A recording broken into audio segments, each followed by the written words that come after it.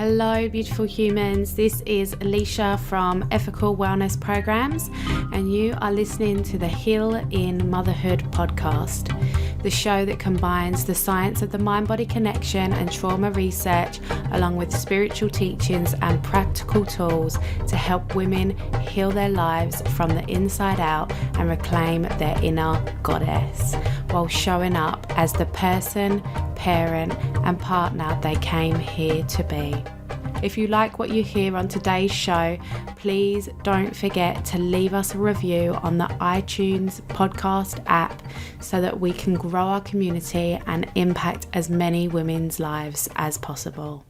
Hello and welcome everyone. I'm excited to be here with you all today, and I have the beautiful Steph on today. So Steph is a mum of 3 and she's really passionate about human design for parenting and children.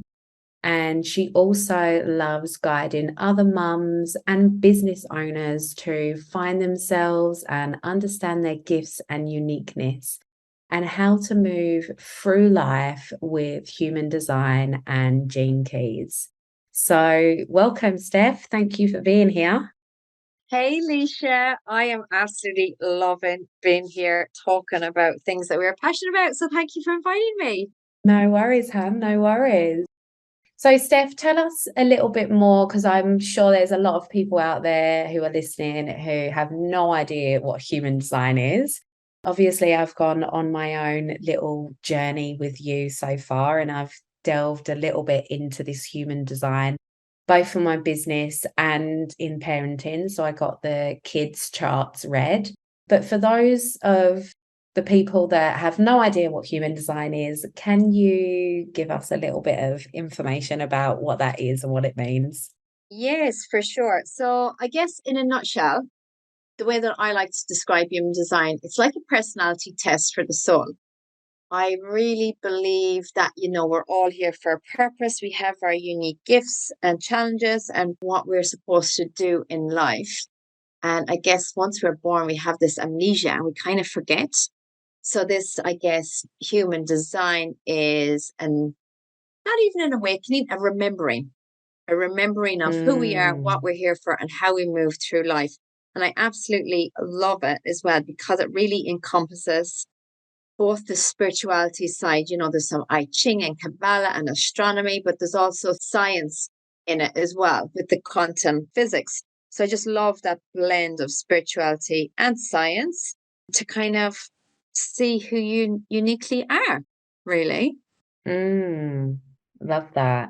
So would you say that human design is all about finding your purpose, or is that something that you like to niche into? Or I know that you've said that as well, you like to use it for parenting and children. So how would that look? Like, what does that kind of look like if we was going down the parenting and children route?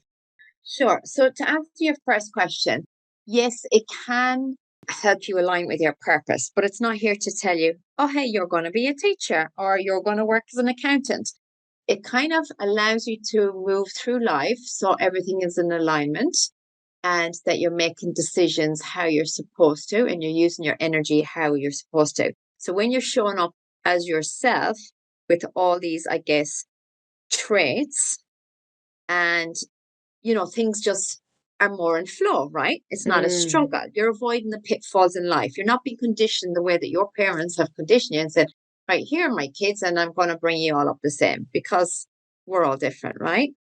But when it comes to the parenting part, which I especially love, because I feel there's a lot of adults walking around that are carrying a lot of trauma, or even from childhood, but never felt that they fit in, or they weren't enough, or they were the black sheep, or whatever it is, and because they were always taught they were a little bit different as parents, as children, the way that they were brought up.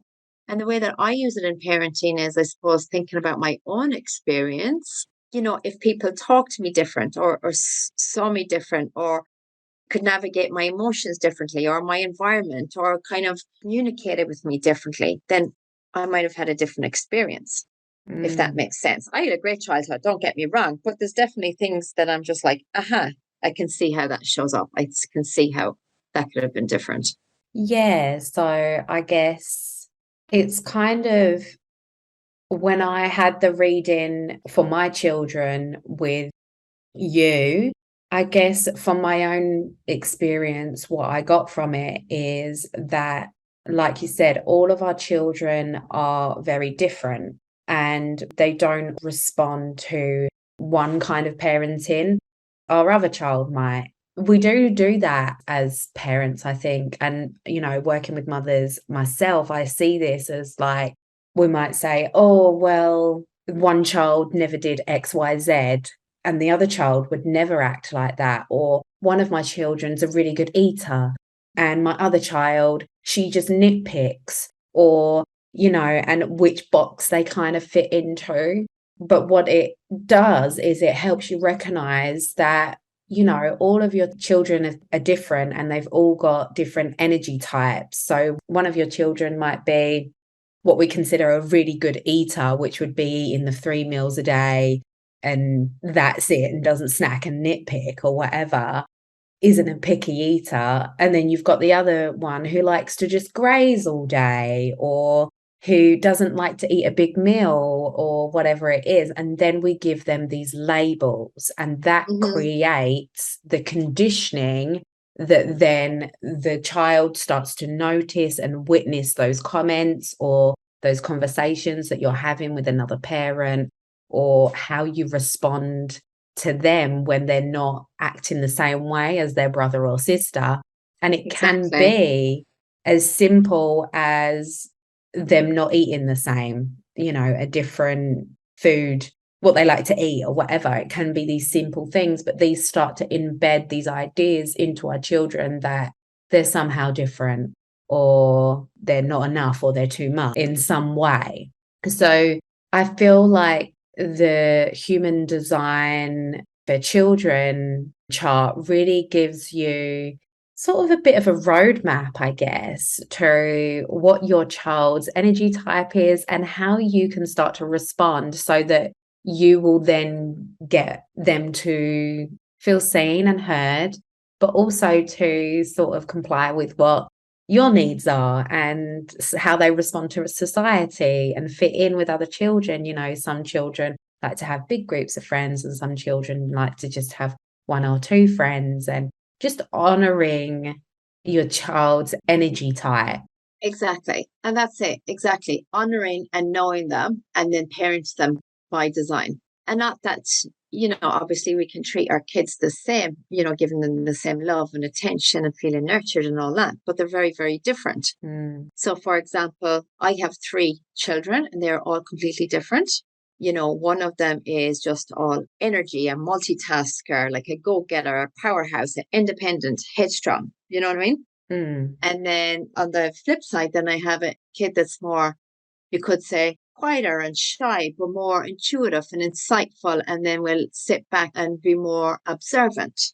They're very different. But if you were in a house full of a family that were all, been energy and been sporty and this and that all the time, the quiet kind of like insightful child that takes their time and be more, they would feel overwhelmed and conditioned to be like the rest of the house. Or for example, you have a kid that is so adventurous and so energetic and wants to do all these things, and it may be from a home that they like to read, and not saying that there's anything wrong with any of this, but they're from a home of people that are quieter and they have a quieter way of life.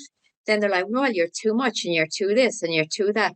And then you start like kind of shaming kids, I guess, and then they're having these childhood wounds. All they've been told is, oh, you're too much, you're too loud, you're a rule breaker, or you're flaky, or this or that. Or then the quieter kids might be, going, oh, well, you're lazy, or you're too sensitive, or do you know what I mean? It's just to have that awareness and to be mindful of it, because the way I speak to my children are different. The way that they make decisions are different. The way that they handle their emotions are very different. Even their sleep is different. Their diet and environment is different. Somebody that doesn't need that much energy, as you said, could be picking food, and somebody that has very energetic and has all, needs all of this and is always doing all the things. they have a higher output of energy. So they need more food. Then, they're getting the same meals, or not shaming people for having a bigger portion. There's so much into it. It really is. But when I do a human design reading for people, or even for adults, right? Yeah. So they can see themselves as a Mm. child, then it's like, oh my God, yes, that is me. That is me. I can see that. Or this is so my kids. That is them. And it's not even to put kids into a box either, but it's just be more mindful, more aware, and communicate and kind of parent them Mm. to their design, Yeah. if that makes sense. There's so much in it. There really, really is. Yeah. It makes a lot of sense. And yeah, it is. It's like you said, it's having that awareness, and also, a little bit of a roadmap as to maybe why your child reacts or responds in a certain way. Like having that chart, you can then be like, oh, okay, I understand why, XYZ might tire her out, because she doesn't have that same energy level as her sister, who might be, manifesting generator, who's got like 1,000 projects on the go and is like, Yeah, oh, exactly. so, or even the difference between parents and children as well. Some parents might be the parents that are going to be here, there, and everywhere, and the child isn't coping because she's not that child. She Yeah, likes to have her exactly. home time and relaxed, or vice versa, where you Yeah, feel like you're a relaxed, chilled person, you like being at home, and your child's like bouncing off the walls and is like needs to go to the park for 3 hours a day or whatever. exactly. So yeah, it's like gives you that kind of like those little aha moments of like, oh, I get it. And I think when you feel seen as a parent, it can give you that relief. It gives you that validation of like, okay, my child's not crazy, or I'm not doing parenting Exactly. wrong. It's just that he needs XYZ and I need XYZ. Make that, how can we get that to sort of meet in the middle so that everyone gets their needs met and everyone still feels heard and seen and validated and safe in the environment? Exactly. As you said, to have that awareness, you are able to identify it. Because when I started this whole journey, Mm, first of all, I started the experiment with myself, but then with my kids. And I was like, just tweaking the way that I would ask a question of them. Their bedtime routine is a huge one yeah. as well, because they have different needs when it comes to sleep and how they get to sleep and their environment. And I was just having little experiments, and I was like, oh, holy shit, this really, really does work. But then I have to be mindful of my energy also.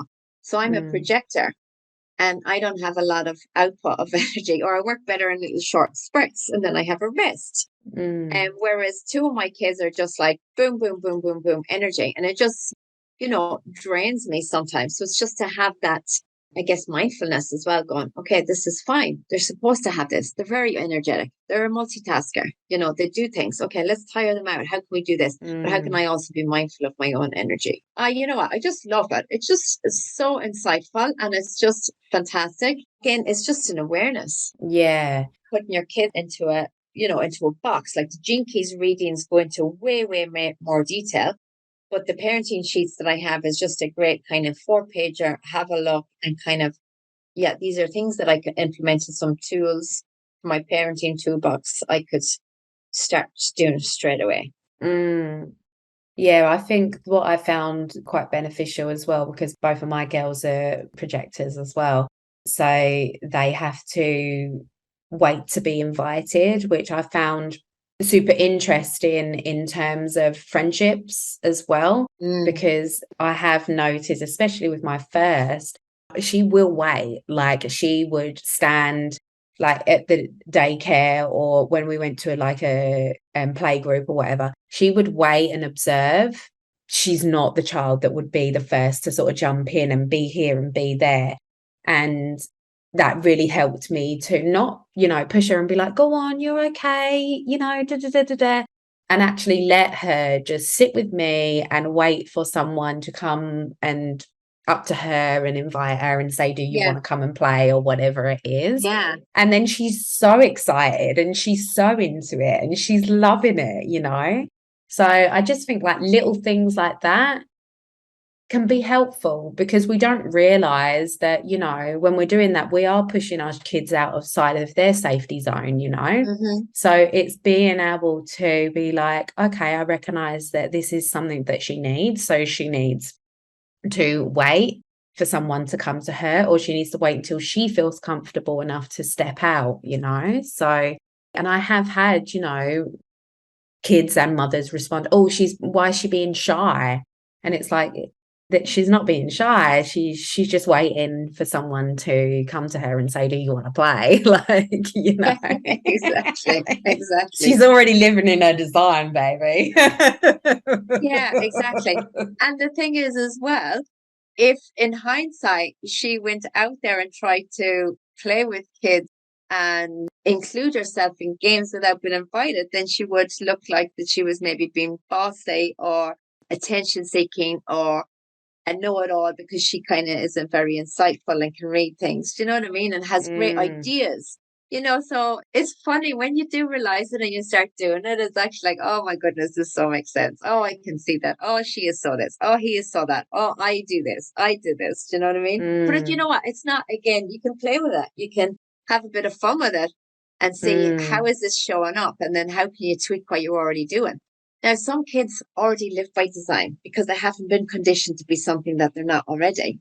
Or somewhere along the line, school or society has been like, oh, you should be doing this or do that or do this and don't do that and don't do this and you're to this and you're to that, whatever.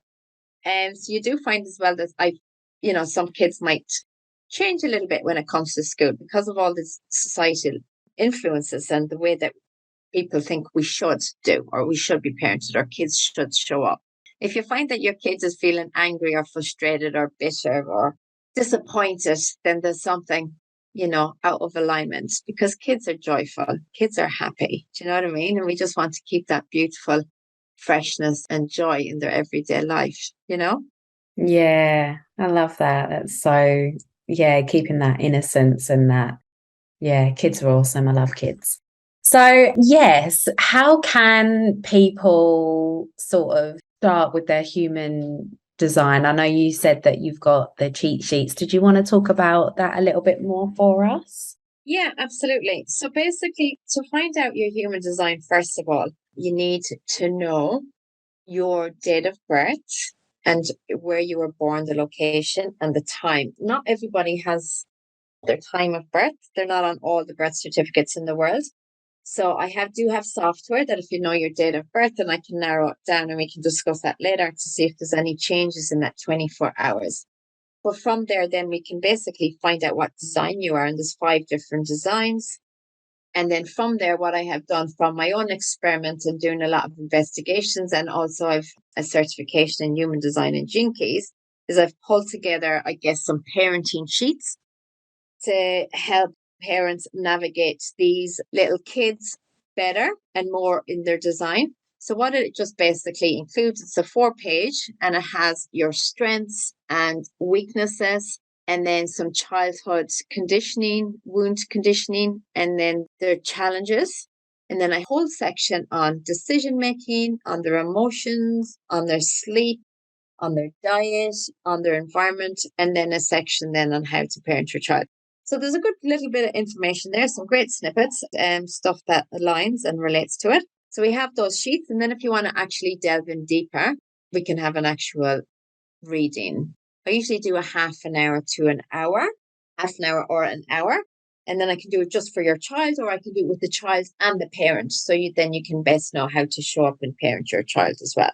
So yeah, it's amazing. It was life-changing for me coming into this realm and doing all this work on myself and then helping other people to see themselves. And honestly, in readings, we get so many tears because people finally feel seen. They're like going, there's nothing wrong with me. I am loved. I am safe. I am enough. And somebody actually sees me for who I am. I'm special. Do you know what I mean? I love it.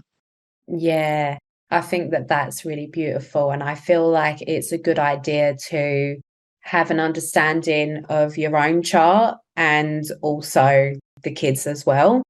And I'm sure you'll sort of second this message as, the more that we know ourselves, the more we can sort of show up as the parent that we want to be and connect with our children. But if we are coming from a space where we don't even know where we're at, it's very difficult for us to meet our children's needs.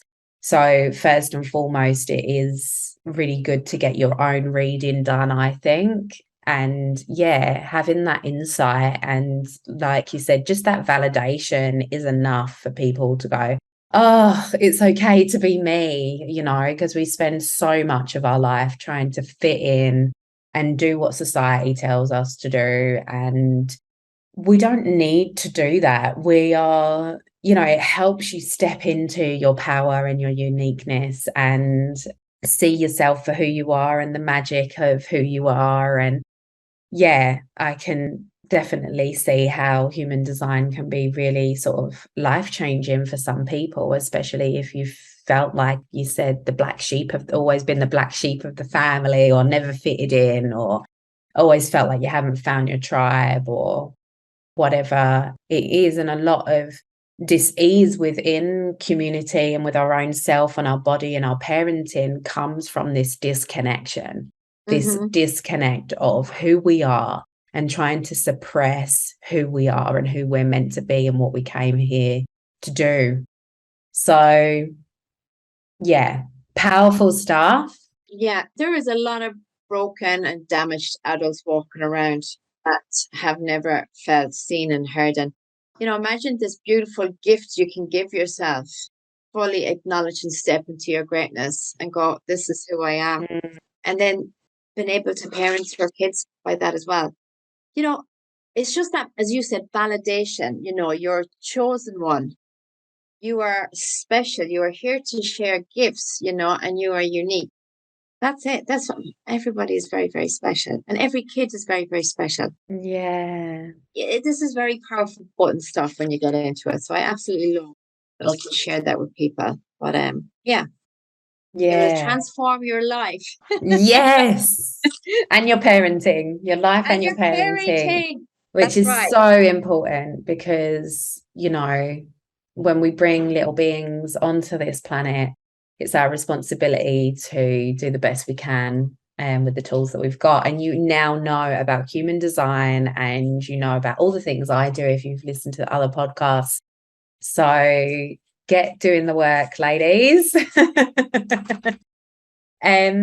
So what has been your biggest lesson from your children or from motherhood so far, Steph? Wow. That's a good question. What has been my biggest lesson from motherhood?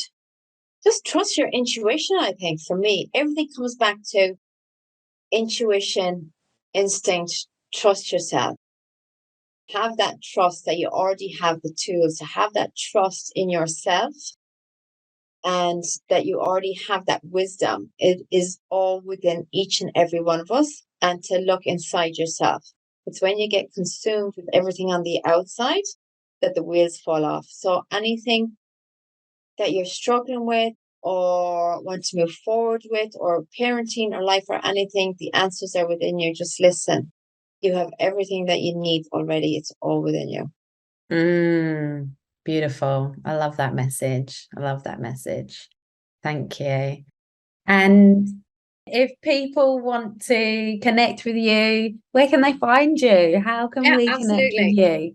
I am on social media, on Facebook, a little bit on Instagram, but yes, my website as well. I think you're going to drop the link. It's just stephmccurdy.com. Please reach out to me if anybody has any questions, if they'd like to find their date of birth, or they're not sure how to go about anything. I'm an open book, and then I can help you navigate or point you in the right direction. And yeah, as I said, I have readings or the parenting sheet. So reach out for any questions. Thank you so much. Awesome. Okay. Thank you, Steph, for being here. I've really enjoyed this chat. If you loved today's episode, then please reach out and let us know what your biggest takeaways were, and reach out to Steph and let her know how she can support you in your human design. We'll see you all next week. Thank you for being here, and namaste.